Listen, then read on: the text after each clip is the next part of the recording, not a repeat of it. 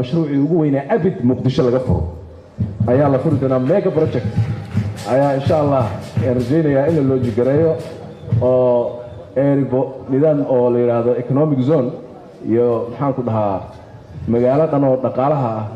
ayadu ka shaqeysa oo airport leh weyn oo dekad weyn leh oo dhul shirkado maxaan ku dhahaa deegaano waaweyn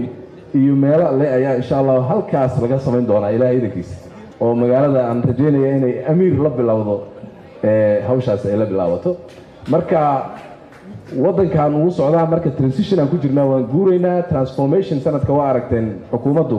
inay samaysay nidaamka isbeddelka qaranka la yiraahdo oo la guuraayo meel kastoo la joogay laga guuraayo horey loo soconayo dhaqaale ahaan siyaasad ahaanna waa mid hadda la sheegayo